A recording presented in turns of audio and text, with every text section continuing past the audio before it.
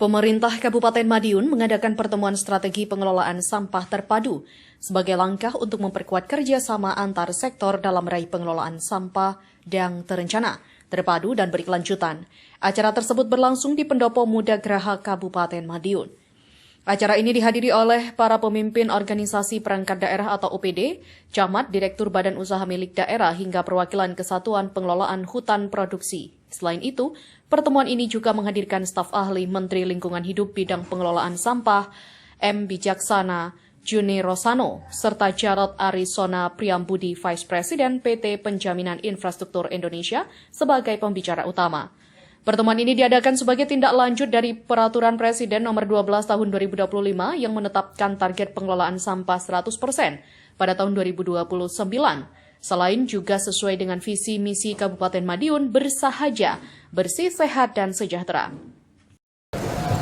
Begini, jadi tadi kita sampaikan, jadi ada Perpres 12/2025 bahwa Indonesia harus selesai dalam urusan sampah 100% itu tahun 2029.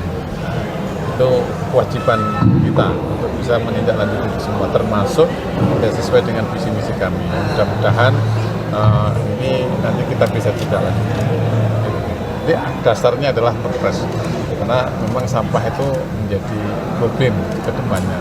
Sehingga supaya tidak menjadi problem, harus segera kita atasi mulai sekarang. Tidak ada waktu lain. Terus datangnya staf ahli dan staf ahli kementerian tadi dan dari Vice Presiden PTPI ini harapannya nanti seperti apa? Begini, jadi karena kan seperti kami sampaikan bahwa kita tidak bisa mengelola sampah ini dengan anggaran APBD. Kita butuh support. Ya. Nah, mudah-mudahan kita bisa KPPU-kan sehingga bisa kita nikmati selesai, tapi kita bisa recycle untuk anggaran itu sampai 10 tahun ke depan. Tapi sudah kita manfaatkan di awal, karena masyarakat maunya bisa memanfaatkan. Dan sudah pengalaman kita APC ini juga alhamdulillah sudah bisa dinikmati, meskipun kita bisa memenuhinya kewajiban kita, AP-nya kita itu 10 tahun ke depan. Berarti ini menjadi langkah awal mungkin terhadap opsi KPBU terhadap persampahan. Iya, gitu. Meskipun kita sudah lakukan, termasuk TPS 3R sudah kita lakukan.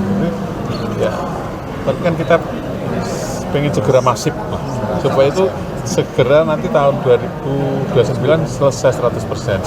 Nanti kalau seperti yang ini paket TPS 3R, ya kira-kira tahun 2040-2043 lah baru selesai, karena kita membutuhkan TPST, yaitu tempat pembuangan sampah terpadu. Itu yang terus. Sementara M. Bijaksana Juni Rosano, ahli pengelolaan sampah, mengatakan bahwa pemerintah daerah harus memiliki perencanaan teknis yang presisi, mulai dari perhitungan kebutuhan sarana prasarana hingga pendanaan.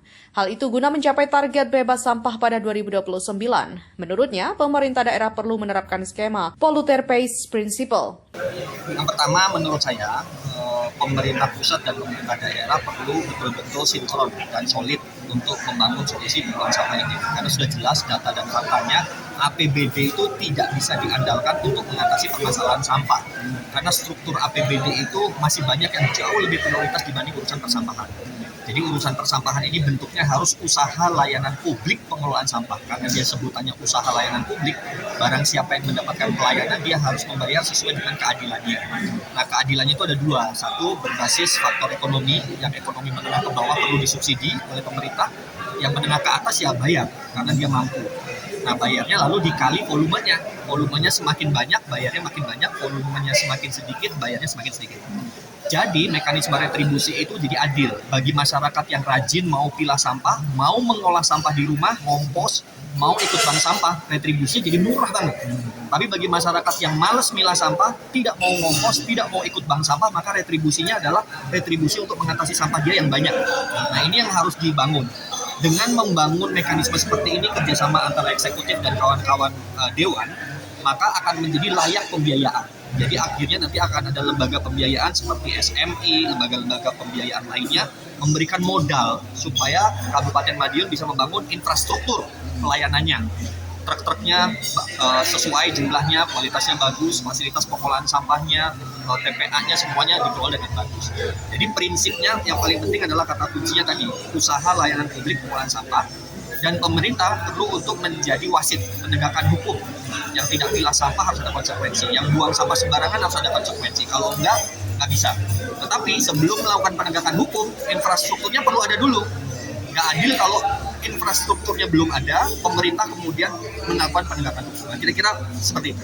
Dari Kabupaten Madiun, Jawa Timur, Ika Agustina, Pewarta mengabarkan.